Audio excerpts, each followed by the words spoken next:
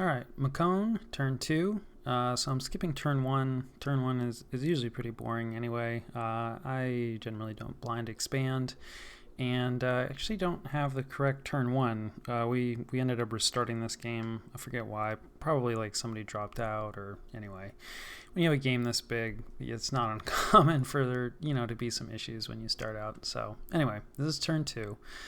We've profited our starting commander here. Mekone's expansion is pretty easy. Their starting army is pretty good. I've just added more peltasts into it. I've found that like this formation works really well against a lot of different indie types. So yeah, we should get to see that in action. Just have like the heaviest armored guys in front, and then these guys catch up at about the right time, and the peltasts are pretty far in the back because they're not so great if they get into melee. And then, everybody's morale is, well, not terrible because they're being led by the Taskmaster. But yeah, morale can definitely be a problem, and especially if a lot of the Peltasts die. So nice to have them in the back. So yeah, we're sending them into some Wolf Tribe here right away. Not too many Wolf Tribe, and then Wolf Tribe really struggle against, high protection. Which at least our front line has. So not anticipating too many issues there. We do have a throne in the cap circle, which is a double-edged sword. It's at least like in a swamp. So, we still have resource options. We don't have a ton of connections out of our capital, which definitely kind of hurts. Mekone is a more capital-focused nation. That said, I think we'll be able to get with our full production. And we have a highlands here, so there should be good resources here. That's part of why we're hitting this province first, because we are recruiting these gigantes. So we're going to be doing most of our expansion with these guys. And I don't think I've talked about this before, as I'm not sure I knew, at least not at the start of my last game. But when you queue up more guys than you have resources for, so we've gone negative resources, so we won't get this Gigante this turn. But those resources will carry over, so he'll be a lot cheaper to finish off. Like the resources do carry, turn to turn. So if you have the gold, and you want to try to maximize your recruitment, actually, setting these guys up. Even though you won't get them this turn, you'll be able to get more next turn. So yeah, just kind of oftentimes it's not super relevant, especially like later in the game, but early on, every unit counts, like especially when, you're expanding with like small groups, sacreds or things like that. So anyway, yeah, just something to consider. And then for our first turn of recruitment, I actually got some scouts, to just help provide us, some additional sight. As Ulm, I was able to recruit scouts, just out of forests and stuff. Mekone does not have that advantage. So all of our scouts, unless we find an independent scout province, which can be kind of rare. So yeah, all of our scout production will have to be out of forts, which definitely kind of hurts. It always hurts me every time that I'm not recruiting like a mage. That said, I do think that I have a tendency to recruit too many mages early on, because it definitely cuts in, to your gold, for the upkeep for the mages, and can make it difficult to get infrastructure up. So people go back and forth, and it's nation dependent, definitely, and it depends on what kind of strategy you're going for. But I would say, for the first 12 turns, you could certainly make a case for not recruiting many or maybe even any mages. But yeah, that's not what I've done here. I did get scouts initially, but immediately switching over to mages. Get an E4 because I like to get an E4 early just to cover. So every fall, Mekone declares war on its own population of Helits. Which causes a lot of unrest, but it's like overseen by the E4s. So if you don't have an E4 in your fort come fall, you're going to get a lot of additional unrest. And then at the end of fall, you get an assassin, but only if there was an E4 present, and the unrest gets reduced a bunch at the end of the event. Again, if the E4 is present. So as Mekone, you definitely want to have an E4 in every one of your forts. So yeah, just getting them early so I don't forget. because I've definitely done that before in my testing of expansion and etc. And like they're not bad. I've talked about them a bit, so not the worst mage to have early on. Yeah, and I think that more or less covers it. So yeah, that was turn 2. All right, Mekone, turn 3. A couple of additional profits here. Probably people looking to profitize someone specific instead of whatever random commander you have. And then yeah, we had a battle against those wolf tribe. So yeah, everybody just starts rolling immediately. There's no archers for Mekone. So no point in waiting around. We are back positioned a little bit, and unfortunately the archers do target our peltasts, even though other guys are more forward positioned. But the extra range means they're less accurate. And then yeah, our most heavily armored guys make contact, and I mean they are taking a little bit of javelin fire, maybe some daggers like breaking through on criticals or things like that, but for the most part they deal with these guys no problem. And then our faster more lightly armored hoplites are able to move up. Well, okay, they skip the archers. Come on, guys. But anyway, some of them do eventually get here. And the peltasts are out of ammo now, so they go into melee. But at this point, everybody's pretty much cleaned up, so it's not so bad that the peltasts are in melee. And yeah, that went pretty well. So let's take a look. So yeah, 2 casualties. You're gonna lose like some helots, with this kind of expansion. But yeah, this is totally acceptable. For 40 wolf tribe. So yeah, it's a good start to expansion. So yeah, starting to see again, type map. So Marvernia is like already like really close. This is sad. I think I'd contact him and let him know that like, hey, this is my cap circle. I don't think we go so far as to agree to a nap or anything like that, but he at least knows that like this is my cap circle now, and probably won't attack it. Unless he's looking to rush me, which probably not. I don't know. Mekone is not a great rush target just because these Gigantes are pretty good. So yeah, in terms of recruitment, finishing out one of these Gigante squads, looking to have like about 8 per group. 8 is kind of ideal, at least in my testing. You can do 7, 9 or 10 never hurts, but it's hard to get a hold of. But yeah, and then gonna be leading them with these guys, which yeah, not sure about that. Part of the problem is so these Gigantes, they refuse to be led by anybody that's smaller than them. So it has to be a size 4 leader, which we only have like one human leader who's pretty mediocre anyway. But yeah, so really the other option would be just our regular commander here. But the problem is with his resource cost, he ends up cutting in. So like if we do this, you can see like can't actually get this expansion party out this turn. So leading him with like a squishy mage, especially too, like he costs more, not a ton more, and his upkeep is actually might be about the same or even lower because he's sacred. Let's take a look.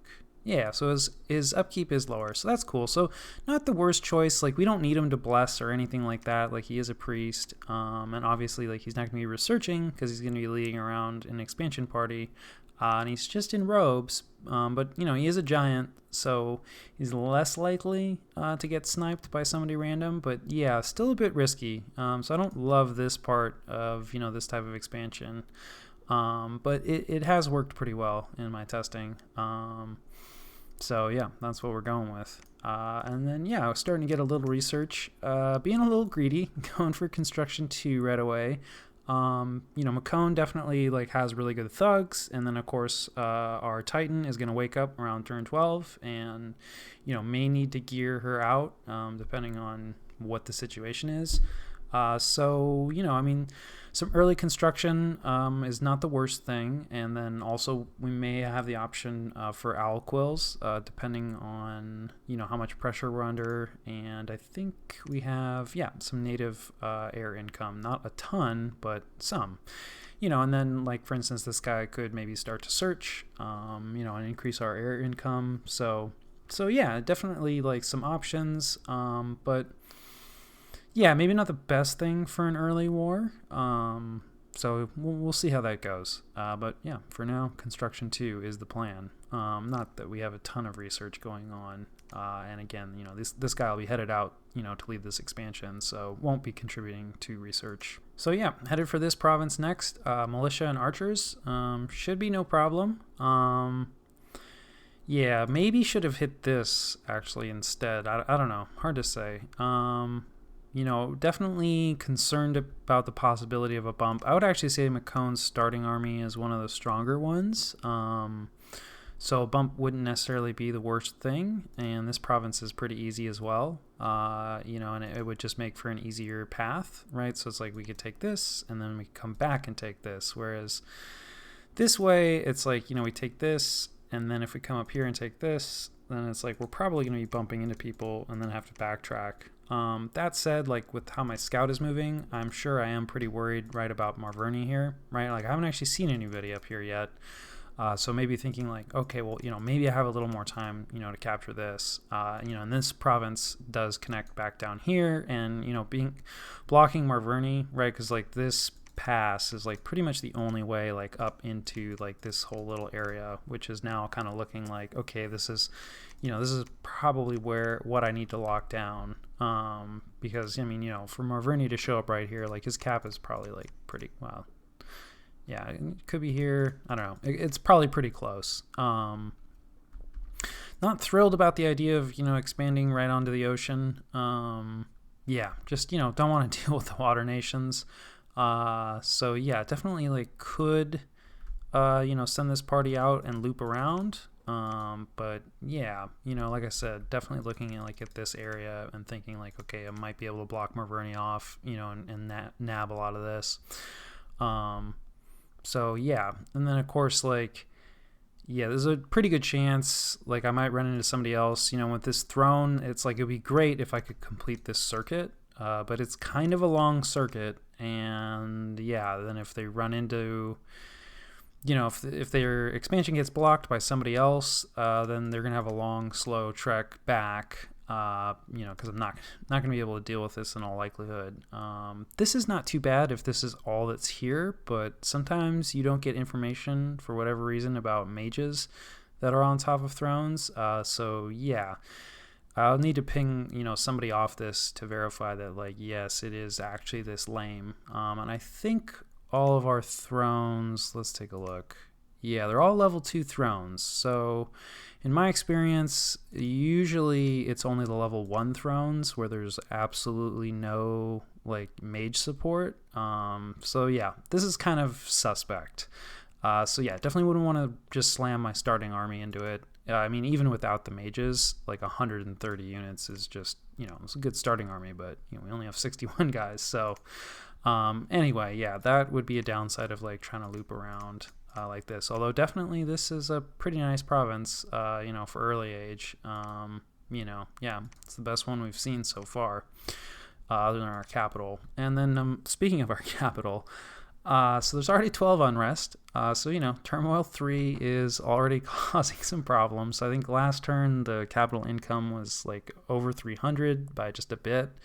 And I think, like, 330, 340 is, like, kind of somewhat normal-ish for capitals. So, having this drop down to 270 so quickly is definitely rough. We're not really going to be able to do anything about this for a little while, because, you need to get patrollers, and we don't have any commanders to patrol, and, we don't have any units to patrol. We need to expand. So, yeah, we're just going to have to kind of take this, and hopefully the luck will balance it out, with some positive income events. But yeah, definitely like a major downside of taking Turmoil 3, right, is that, you're just going to be generating unrest, pretty much automatically every turn. And that does mess with growth a bit as well, because, when you patrol down that unrest every turn, you're going to be killing population. So, you're not going to be... I think with the levels of unrest that we're going to have and the patrolling that we're going to have, like, we'll still get pretty solid growth, but I haven't done enough testing to really know for sure. So yeah, we'll have to keep an eye on that and kind of just see, like, over the course of the game, how much that influences it, but definitely some. So, that's definitely a downside of taking this Turmoil, seeing that, like, pretty much right away. And you never have enough gold in Dominions, generally speaking. So, yeah, I think that covers turn 3. All right, Mekone, turn 4. We got a message from Ulm. Yeah, this wasn't actually really directed at us. We don't really have any communications with them yet. Some people get more into the roleplay aspect of it than others, or maybe he's already getting hit up by a ton of trade requests. It's a little early for that. But certainly, because Ulm gets forging discounts, people will, hit up Ulm, asking like, hey, how can we make this work? Can you make me some stuff? Which, it depends on the Ulm. Some people like to deal with that, and, you can definitely make, gems or money or whatever off of it. And it can be beneficial to all parties. And then, maybe this guy doesn't want to deal with that, or maybe he's just, enjoying the role play. So yeah, and then we had a really late prophet come up from not sure what's up with that. And then, yeah, we had another battle. This should be pretty easy.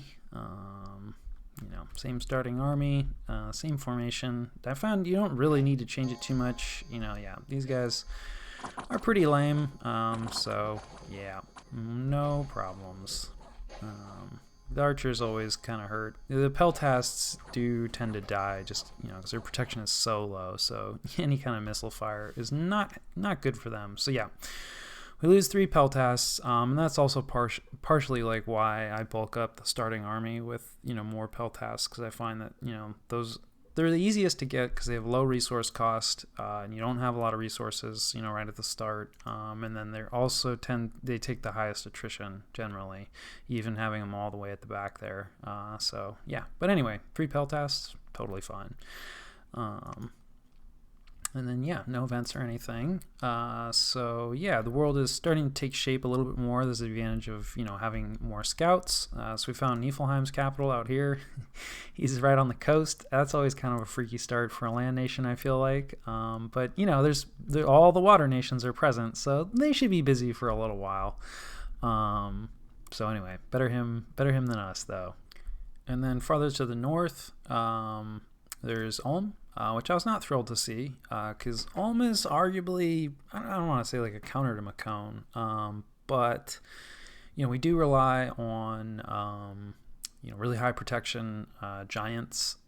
So, yeah, having an Ulm's troops hit hard enough that they can actually break through our protection, and they're definitely going to outnumber us, at least our giant troops. So, yeah, and Ulm can definitely be aggressive early. So yeah, not thrilled to see Ulm up here, but we're going for it, because we're trying to close out this choke here. This province just has like a ton of connections. Would honestly be a pretty good place for a fort, other than the fact that, like, this is probably not too far from his capital. So it would be kind of an aggressive move, and we might not be able to defend it. But, in a void, it's a mountain pass, right? So, okay, technically this is a mountain pass. But anyway, it's an easy way to get through mountains, like a single province choke. Now, and Ulm can move through, like, these mountains. So all the more reason that, like, having this would be nice, because otherwise, like, he could hit, potentially a lot of... Well, they're not our provinces yet, but they should be. They will be. Not this one. Not planning on rushing Niflheim. This, is in his cap circle. So yeah, not gonna mess with that. Hard to say, like, how well Niflheim is doing. It's still pretty early, right? Like, we only have 2 provinces as well. And so yeah, he could be expanding up to the north here. Although this throne, Yeah, and I mean, actually, not really. Because, yeah, this river is not frozen yet, so he can't really get here, and he doesn't have this, and this throne is blocking him. So, yeah, I mean, maybe he has these two, right? So then his expansion would be equal to ours. So, yeah, I mean, hopefully he's, doing okay. We'll see.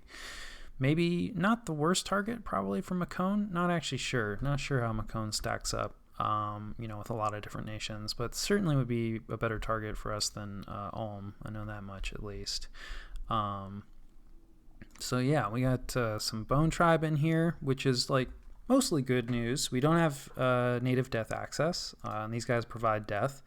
They are kind of tough to take out, and 50 of them is a lot, so, not thrilled to see that, but, yeah, better to have the death access available than to not have it at all.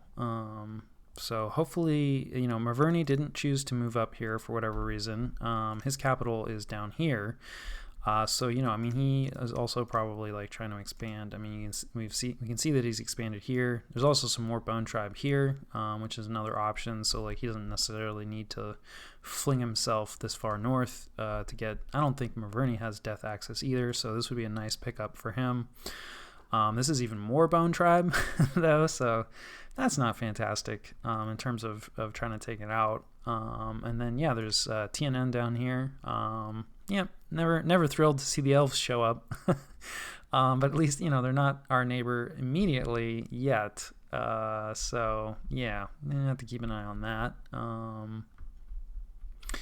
And then, yeah, I think that covers our scouting. We have our second expansion party ready to go, and they're going to go after these Furbolg, who can be a little tough sometimes. They're, have slightly better stats, than a lot of regular humans, but, they don't have a ton of strength, and, shouldn't really be an issue for our Gigantes here.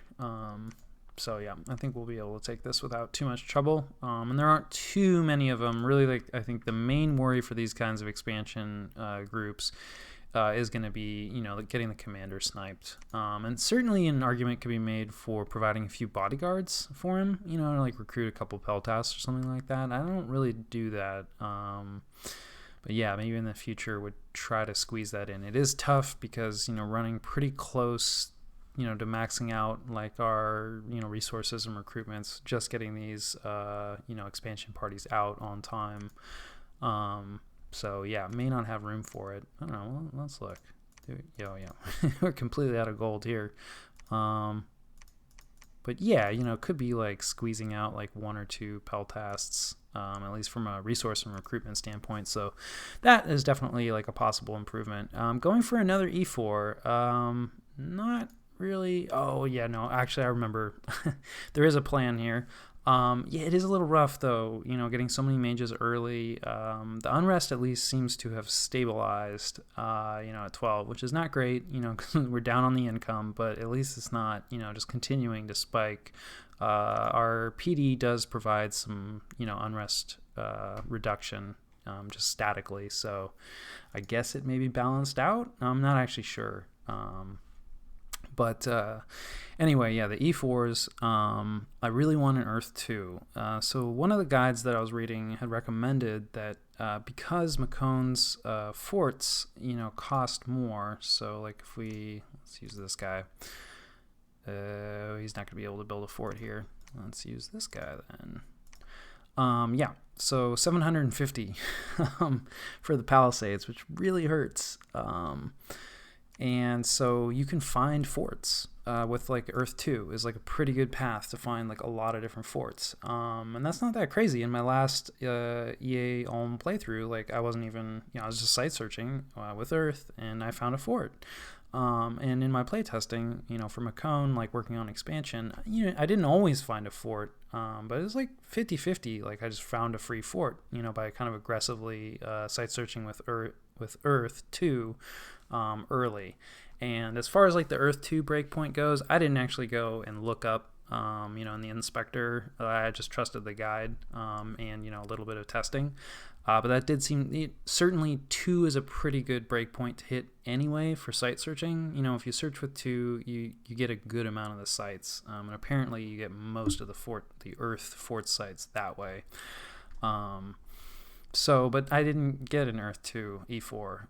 Now, yeah, I don't have the money, I think, because I do have, like, these pole marks are really good, and they're guaranteed Earth 2. And like these Cyclopses are really good, guaranteed Earth 2. These guys, not necessarily as good, but, still going to want 1 or 2 for like site searching because they get some, paths and stuff that the other guys don't get. And they're guaranteed Earth 2 as well. All of them are pretty expensive. Like this guy's 350. Like I do not have 350.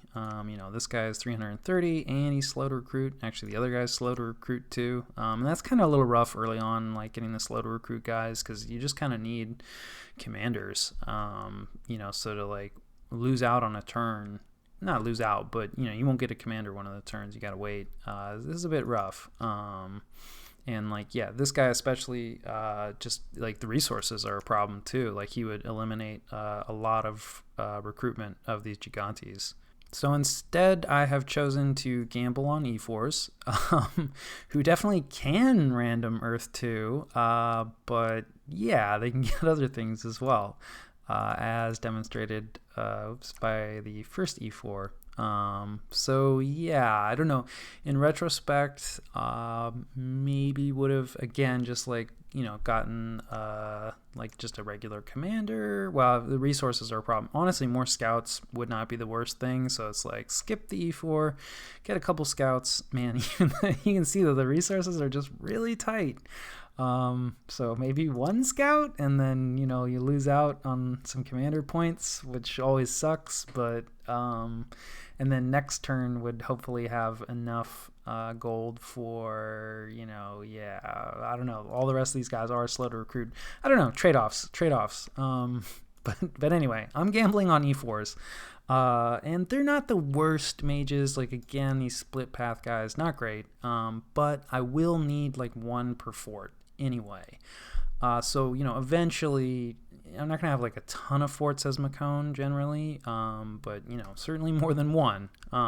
So 2 or 3 E4s early on. They are like kind of the cheaper mages. Like their upkeep isn't as bad, so it doesn't hurt as much having them early. Yeah, not the worst option, but yeah, really hoping for that Earth 2 so I can get him out and start site searching and just find a fort instead of having to build one, which is definitely like pretty greedy. But yeah, I have infrastructure problems anyway as a player, so more expensive infrastructure really gets me down. So free fort, come on, it could totally happen. So we'll see. Fingers crossed. Nothing. Research is going to be the same, I think, for a little while. Quite slow early on, as is always the case. Yeah, I think that covers turn 4. All right, Mekone turn 5. We got construction 1 headed on to 2. We've discussed that, and then yeah, it's a slightly more interesting turn here. We had 2 expansion battles, and then yeah, we cut a battle between some players already. Just tight map, so that stuff's gonna happen. So let's take a look at the expansion stuff. Pretty standard. This is our Gigante squad here. So yeah, these guys are just really good. So yeah, I don't think they're gonna have any problem against these Furbolg here. Like the slingers, forget it. And then the spears, like, yeah, maybe, but yeah, these guys, like, they have pretty good like defense and everything as well. Their protection is not as good as the heavily armored guys, so there's definitely still some danger, but they're pretty much guaranteed to get a kill if they get a hit. And with their skills pretty good, like, yeah, you can see. And then of course they pack in tighter, because they have formation fighter, and then yeah, I mean, they're taking hits for sure, but let's see if we can find a guy that hasn't. They are definitely taking hits and starting to take afflictions, so attrition could be a problem with these guys. In my experience, like testing it wasn't too bad. Maybe a trit down to like 7 or 6, which is pretty viable still. But yeah, I mean, you see they have 30 hit points, right? So, they can take some hits, right? And especially since they're, kind of taking more like chip damage, because, their protection is decent, they can take quite a few hits. And then again, because they're dealing out so much damage in return, yeah, I mean, they just clean up most independents like no problem. Certainly these guys against player armies, it's going to be a little rougher, with their lower protection, but they're still scary for anybody to go up against. So yeah, that went really well. Definitely took some damage, but yeah, didn't lose anybody. Not a particularly tough province, so maybe not the best test of these guys. And then yeah, our starter army marches on. I don't think these independents were too tough. Yeah, this is pretty lame. So I think we'll speed through it, but yep.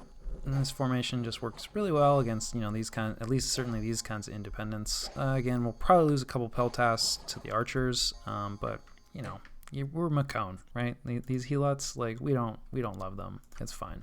That's what they're for. We don't like humans much. So yeah, we actually lost Hoplite, one of the heavily armored ones. That does kind of hurt. But I mean, we're down to 13, still totally viable. It's fine. So yeah, pretty good expansions there. And then yeah, let's take a look at whatever's going on. I don't know if this is a bump or if Hinnom. Okay, cool. So this is Pretender God, it looks like. Kind of similar to the Pretender God I used in my last playthrough for Ulm. I used the Great Boar. So yeah, really high nature, pretty high earth. I don't see the bless. I'm not actually sure what's going on here with the bless. I have not actually tried to check blesses on pretenders very often. So yeah, not sure what's going on. Oh, you know what? He's probably outside of his dominion. That must be what's it. So yeah, when you're outside of your dominion, pretenders are not blessed. But I don't think that's going to be a problem because it just gives absolutely minimal Lion Tribe PD. So yeah, so we're still not sure like what the bless is, but high nature, so maybe some regeneration. Hinnom is a nation of giants, and I believe they have giant sacreds. And so yeah, regeneration on giants is really good. Not sure what he's doing with the Earth 5. Maybe like Fire Shock, I think you can get with 5 Earth points. Maybe some reinvigoration. I don't know. We'll have to see. But anyway, this is a pretty strong chassis. He's a berserker. He doesn't have regeneration built in. His protection is not great. Let's see, his berserker +5. That's pretty good. So it'll boost his protection, I think, by 5 when he berserks. So that's still not like perfect protection, but it's good.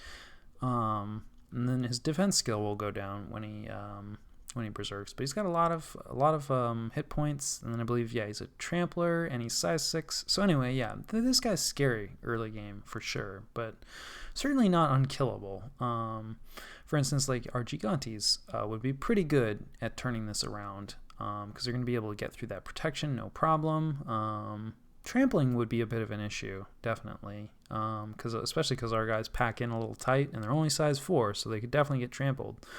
So that could be a problem. But we're going to, if we mass up enough Gigantes, like I think probably like, 16 ought to do the trick. Because, once they surround them, they're just going to be getting so many hits. And, they deal so much damage. So, yeah, this is scary to see, certainly, especially for Marverni, I would say. It depends on what Marverni's bless is, and how his sacreds are doing. But, you never love to see, like, a giant, tough trampler as a human nation, I feel like. I certainly wouldn't love to see it. So yeah, I don't know. This doesn't look like a bump. Yeah, because this was already Marverni's province. Although I guess Marverni maybe could have moved in. And we'll take a look. So yeah, we had some events plus water gems. That's nice. And then yeah, this is huge. Plus 50 to the province income. So that just means that like every turn, this province is going to be generating 50 more income. Now I would say, luck haters, like get out of here, check it out. But the thing of it is, there's no luck scales here. We don't even have our dominion up here. Like there's no luck. So yeah, that's just like pure, RNG, like random luck. And then also there just happens to be a silver mine here. So despite only having 3,000 population, this is a hugely, important province now. Like the income is massive for early age. So and certainly like for what we've seen so far. So yeah, it's kind of unfortunate. So Ulm's capital is right here. So this could be a little hard to hold on to. We'll see. Certainly like having a really valuable province right on the border is a reason that people might go to war. And this is, pretty close to him.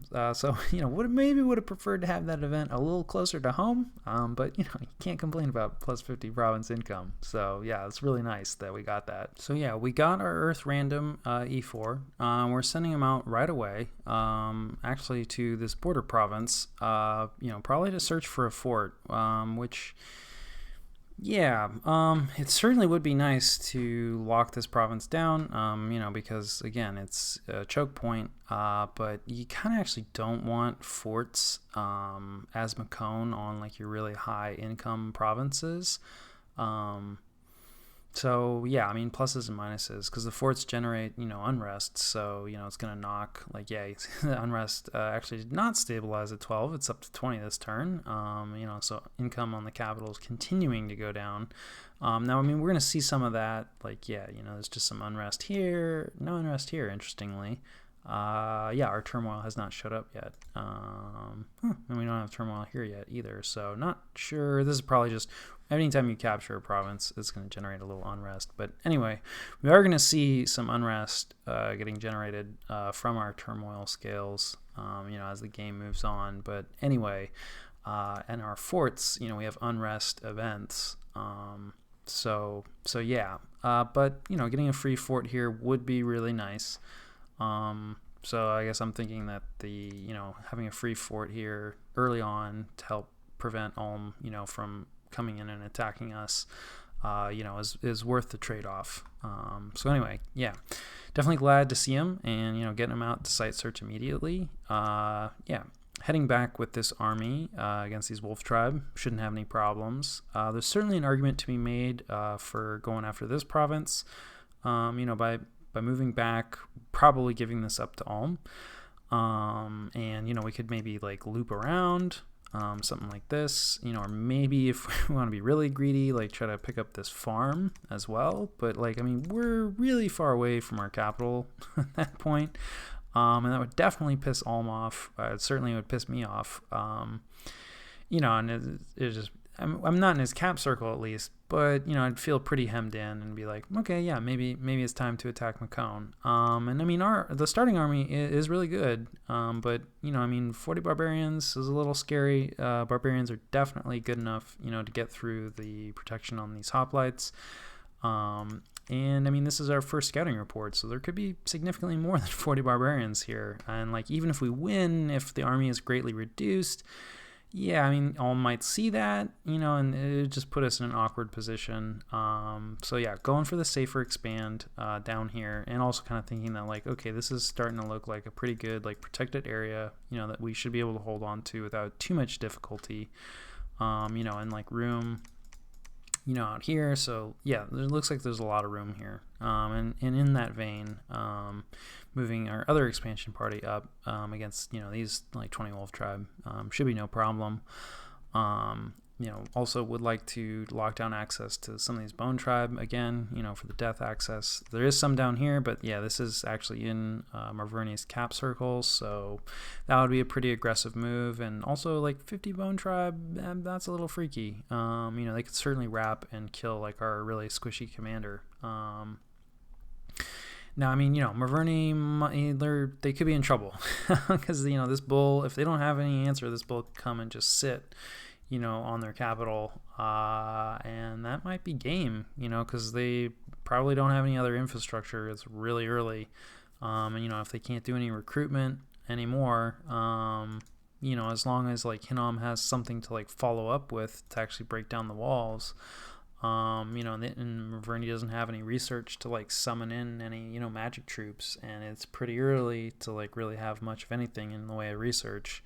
They could be done. So yeah, maybe grabbing this before Hinnom just like eats everything might be a good idea. But like we don't know, right? Like Maverne might successfully defend, could totally throw Hinnom back. I think it's a little premature, to try to jump in, especially when it could go badly. So yeah, again, going for like the safer expands. This definitely means that like we'll probably be a little smaller, because we're not going for like any of the more aggressive expands. But I'm okay with that. Like our scales are good enough. Hopefully we should be getting some gold from luck. And then we do have. I think overall though might be negative on the income. Yeah, so we are negative on the income. So we do need to grow. Somewhat, but we're not super negative on the income. But yeah, so we can't rely totally on our scales, and be a relatively small nation. But there is plenty of room to expand out here, and by the time we finish all this expansion, we should have a better idea of like who's getting the better, who's getting the worse of this conflict. And then yeah, let's see here. Yeah, I'm just moving on to Ulm's capital to try to see like what he has recruited, what he's kind of doing for expansion. And then yeah, kind of curious to see like how big Hinnom is, and I don't think we don't have eyes on his capital yet. And then yeah, this scout is hoping to catch that possible battle on Marverne's capital. Yeah, and I think research is more or less the same, going up to enchantment 2, I think, for personal regeneration for our Titan when she comes out. Otherwise, like, there's not a ton in here that's great for us, although enchantment is definitely like not a bad path for Mekone in general. A lot of these like various protections and etc. like we can cast. Flying Shield is pretty nice for our Cyclopses. They can all cast this, and it's a good buff. So yeah, there's some other useful things in here, and we probably will want to go down enchantment more. But yeah, mostly looking at personal regeneration for the god. So yeah, I think that covers turn 5.